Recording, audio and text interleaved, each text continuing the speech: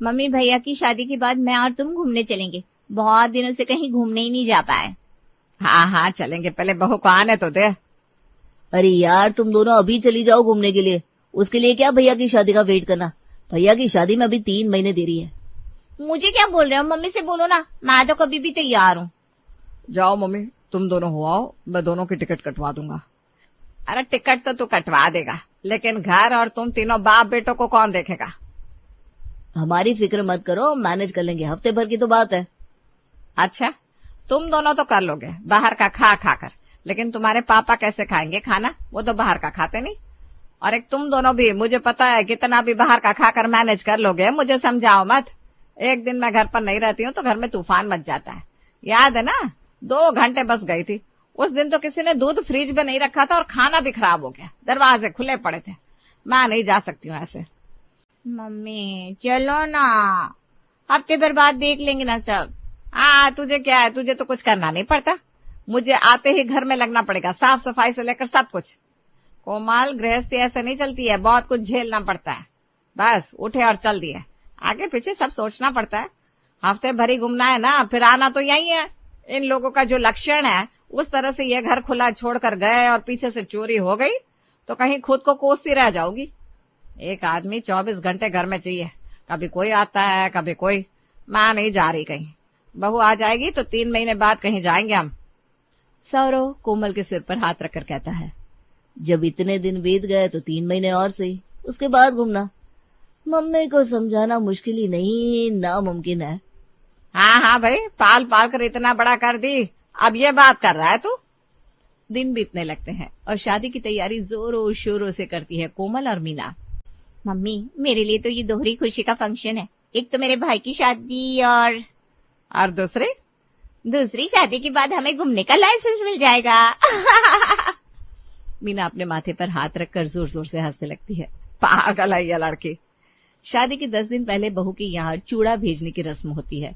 मीना कोमल और सौरभ से कहती है, तुम दोनों को आज ज्योति के घर जाना है, चूड़ा देना है, मैंने सारी तैयारी कर दी है। कोमल, तुझे ही ज्योति को अपने हाथों से चूड़ा पहनाना है। ठीक है मम्मी, मुझे सब पता है, तुम ना टेंशन मत लो। तुम्हें लगता है कि मैं अभी तक छोटी हूँ, लेकिन तुम्हारी बेटी अब बड़ी हो गई है। अरे ठीक है, चल बता क्या क्या करना है।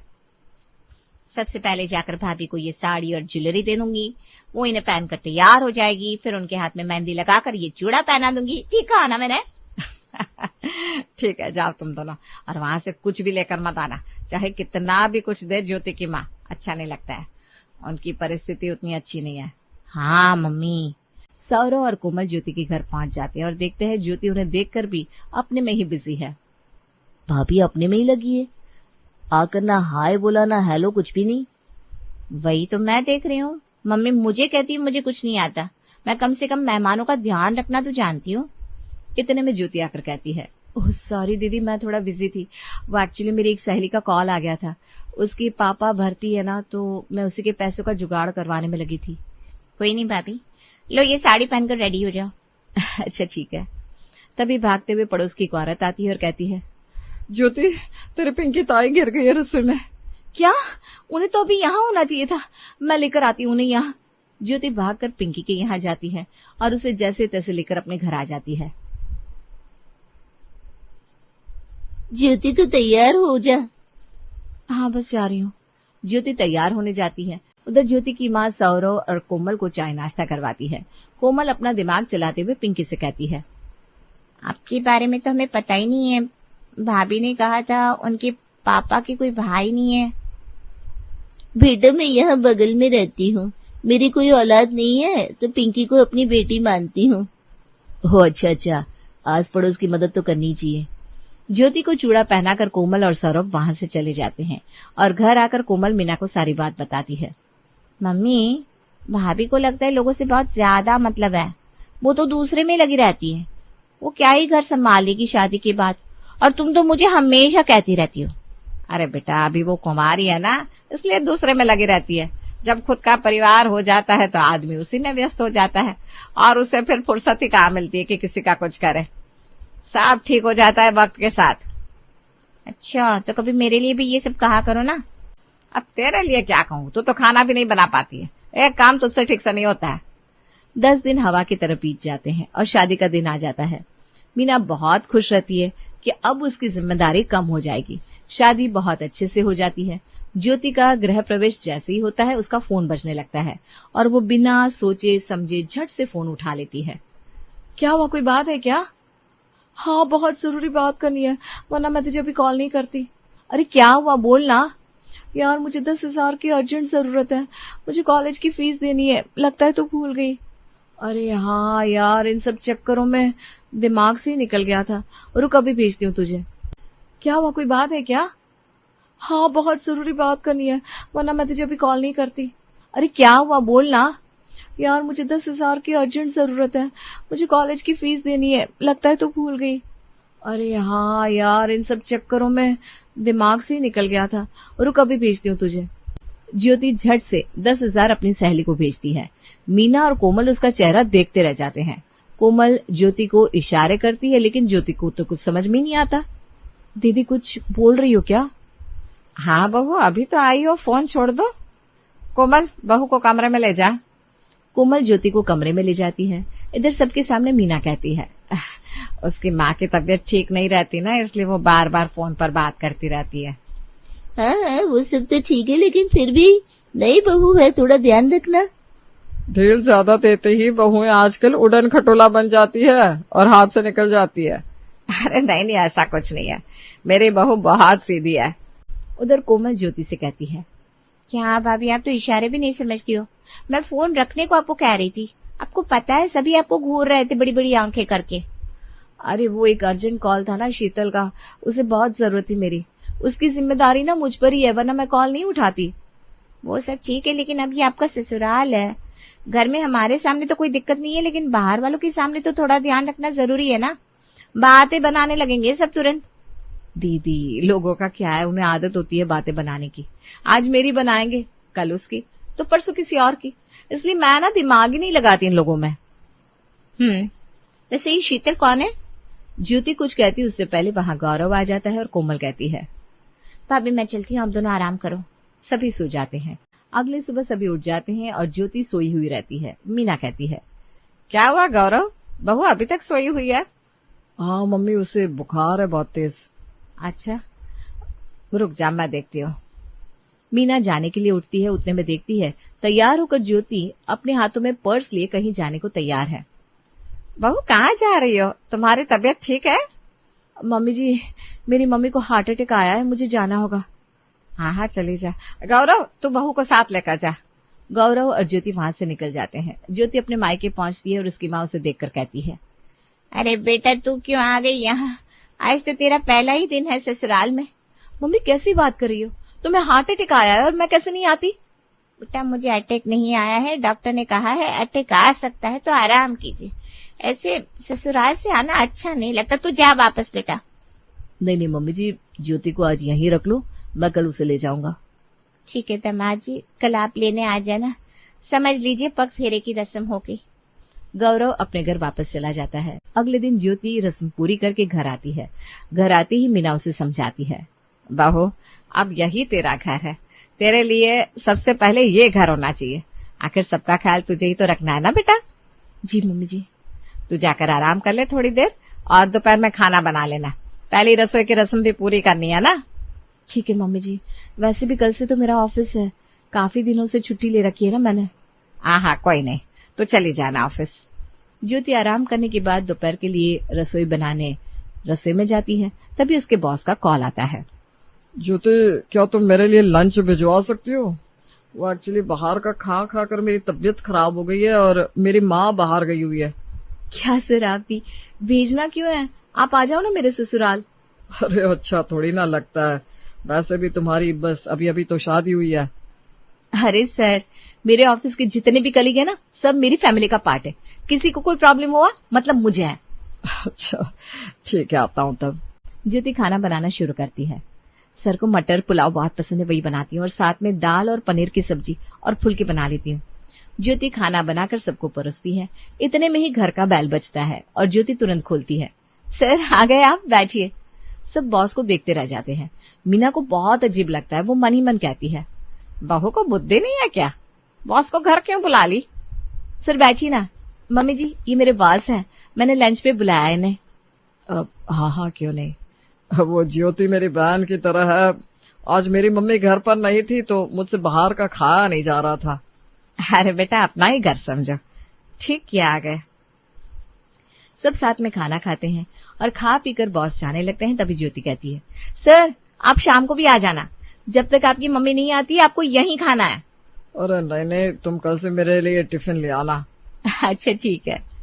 बॉस के जाने के बाद मीना ज्योति से कहती है, बहू आज तुम्हारी पहली रसोई है, तुम्हें आज बाहर वाले को बुलाने की क्या जरूरत थी? कल ही तो तुम्हें समझाया था कि पहले ससुराल है तुम्हारा, बाद में कुछ। मम्मी जी, वो भी मेरा परिवार है। मैं दिन के 8 घंटे उन लोगों के साथ बिताती हूँ। अगर मेरे ऑफिस के किसी भी आदमी को कोई परेशानी हो तो वो मेरी जिम्मेदारी है। अच्छा, सबकी जिम्मेदारी तुम्हारी है, हम सब और इस घर की जिम्मेदारी किसकी है फिर? मीना को बहुत तेज गुस्सा आता है और उसकी बोली तेज हो जाती है। अरुण देखता है कि घर का माहौल खराब हो रहा है तो वो मीना को रोकते हुए कहता है, बहू तुम अपने कमरे में जाओ।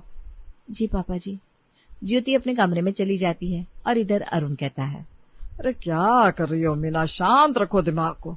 बहू अभी अभी आई है, उसे एडजस्ट होने का वक्त तो लगेगा ना। अरे क्या वक्त लगेगा, जब से आई है तब से उसके नाटक देख रही हूँ, परेशान हो गई हूँ। 5 परिवार है उसके हमारे छोड़कर, बाकी सबकी उसको फिक्र है, बस हमारी नहीं। जहाँ उसे अब जिंदगी भर रहना है। कौन भला ससुराल आते ही फोन पर लग जाता है, फिर मायके चली जाती है, और ये बॉस अब। तुम ठीक बोल रही हो, लेकिन कम से कम बहू को महीने भर का वक्त दो ताकि उसे भी समझने का मौका मिले। ठीक है, महीने भर देखती हूँ, उसके बाद उसकी नसें टाइट करती हूँ। अगले दिन ज्योति सुबह तैयार होकर ऑफिस निकल जाती है।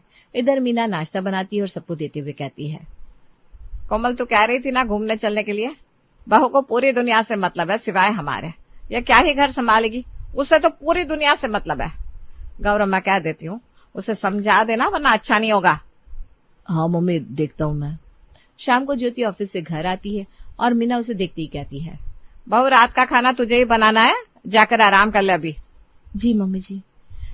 ज्योति जैसे ही रसोई में खाना बनाने के लिए जाती है, पिंकी का फोन उसे आ जाता है और वो कहती है, बेटा तेरे ताऊ की तबीयत बहुत खराब है, मुझे नहीं लगता उनके पास ज्यादा वक्त है। ऐसा मत कहो ना ताई, ताऊ को कुछ नहीं होगा, अपने नाती नातिन की परवरिश करनी है उन्हें। बेटा एक बार देखने का मन हो रहा है तुझे? मैं आती हूँ बस थोड़ी देर में, ताऊ को बोल देना मैं आ रही हूँ। ज्योति जल्दी से खाना बनाकर कोमल से कहती है, दीदी मैंने रात का खाना बना दिया है और मैं बाहर जा रही हूँ थोड़ा। इतना कहकर ज्योति सीधा घर से बाहर निकल जाती है और रात का खाना कोमल परोसती है। मीना उससे पूछती है, अरे कोमल तू क्यों खाना डाल रही है, तेरी भाभी कहाँ है? मम्मी वो घर में नहीं है, बाहर गई है। हड़बड़ी में मुझसे कह कर गई कि वो जा रही है और मैं खाना परोस दूं सबको। ये अच्छा है उसका। गौरव अब वो घर से बिना बताए भी जा रही है, देख रहे ना आप, मुझसे तो कुछ कहने को मना किया था, अब देखो बहू हाथ से निकलती ही जा रही है। गौरव को भी बहुत तेज गुस्सा आ जाता है। मम्मी ठीक बोल रही हो तुम, आए हुए 4 दिन नहीं हुए और वो अपनी मनमानी करने लगी है, ऐसा तो नहीं चलेगा। गौरव उसी वक्त ज्योति को कॉल करता है और कहता है, कहाँ हो तुम? इतनी रात को घर से बाहर चली गई, वो भी किसी को बिना बताए, ये कौन सा तरीका है? मैं बता कर आई हूँ। अच्छा, तुमने क्या बताया? मैं जा रही हूँ बस। देखिए मैं आकर आपसे बात करती हूँ। ज्योति फोन कट कर देती है। गौरव का दिमाग और गर्म हो जाता है। खाना खा ले बेटा, उसके कारण खुद को नुकसान क्यों पहुंचा रहा है, आएगी तब उससे बात करना। आज तो बात करनी ही पड़ेगी माँ, चाहे जैसे भी हो। सब खाना खाकर सोने चले जाते हैं। गौरव ज्योति का इंतजार करते हुए हॉल में बैठा रहता है। ज्योति 12 बजे घर आती है। उसके आते ही गौरव उस पर बरस पड़ता है और चिल्लाने की आवाज से सब उठ जाते हैं। अभी भी क्यों आई? क्या जरूरत थी आने की, सीधा कल आती। कैसी बात कर रहे हैं आप? तुम बिना बताए चल देती हो, जहाँ गई थी तो वहीं रहो ना। मैं पिंकी ताई के यहाँ गई थी, ताऊ जी की तबीयत ठीक नहीं थी। पूरी दुनिया का ठेका तुमने ले रखा है। माँ यहाँ घर के काम कर रही है और तुम्हें ड्रामे करने। मैं कह देता हूँ ये सब बंद कर दो, वरना अगली बार सीधा अपने घर चली जाना और वही 5 परिवार संभालते रहना। ज्योति की आंखें भर आती है और वो बिना कुछ कहे वहां से चली जाती है। शादी के बाद क्या सारे रिश्ते खत्म हो जाते हैं? किसी भी रिश्ते का कोई मायना नहीं रहता क्या? दिन इसी तरह बीतने लगते हैं। गौरव और मीना कोशिश करते हैं कि वो कुछ ना कहे, लेकिन ज्योति कहाँ अपनी हरकतों से बाज आने वाली थी। दोनों की शादी को 1 महीना हो जाता है और कोमल इस दिन को सेलिब्रेट करना चाहती है। मम्मी, रात में भैया और भाभी को 12 बजे हम सरप्राइज देंगे और अगले दिन घूमने के लिए उन्हें भेज देंगे, क्या कहती हो? हाँ सही है, थोड़ा पर्सनल वक्त भी तो होना चाहिए। कोमल और मीना दोनों कमरे को सजाते हैं और कमरा बंद कर देते हैं। फिर शाम को जैसे ही ज्योति और गौरव अपने अपने काम से आते हैं, कोमल उसे अपने कमरे में भेज देती है। भैया भाभी आपके कमरे में कुछ काम करवा रहे हैं, आप दोनों मेरे कमरे में आराम कर लो ना। ठीक है। गौरव थका हुआ सो जाता है। उधर ज्योति की सहेली शीतल का उसे कॉल आता है। ज्योति यार, थैंक यू मेरे लिए इतना सब करने के लिए। मुझे जॉब मिल गई, वो भी तेरे कारण। अरे वाह, मैं बहुत खुश हूँ तेरे लिए। सिर्फ खुश नहीं, तुझे अब भी आना होगा स्टेशन। मैं आई हूँ और तेरा वेट कर रही हूँ। अरे नहीं यार, मैं अभी नहीं आ सकती, मैं भी ससुराल में हूँ। वो सब मुझे नहीं पता, तुझे आना पड़ेगा, तुझे मेरी कसम। पता नहीं यार फिर कब मिलना होगा। तू नहीं आई तो देख लेना। अच्छा ठीक है, आती हूँ। ज्योति चुपचाप बिना किसी को बताए निकल जाती है। इधर कोमल और मीना उसे ढूंढने लगते हैं और जब वो नहीं मिलती तब वो दोनों समझ जाती हैं। मम्मी, भाभी घर पर नहीं है, फिर गई होगी कहीं किसी अपने परिवार से मिलने। मेरी बहू के तो 5 परिवार है, इस लड़की को कभी समझ में नहीं आएगा। आज उसकी एनिवर्सरी है 1 मंथ की, तो ये नहीं कि अपने पति और परिवार के साथ रहे। पता नहीं भैया क्या करेंगे। इधर जैसे गौरव को पता चलता है, उसका पारा 7वें आसमान पर चला जाता है और वो गुस्से में अपने कमरे में जाता है और कमरा सजा हुआ देखकर कहता है, मेरे घर वालों ने उसके लिए इतना सब किया और वो महारानी पता नहीं अब किस परिवार को देखने में लगी है। गौरव ज्योति को फोन करता है और ज्योति गौरव का फोन देखकर डर से उठाती नहीं और फोन भी नहीं उठा रही।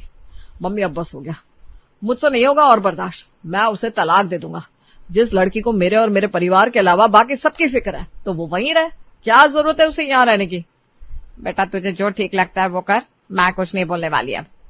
गौरव ज्योति को मैसेज कर देता है कि अब वो घर वापस ना आए और उसे अगले दिन तलाक के पेपर भेज देता है।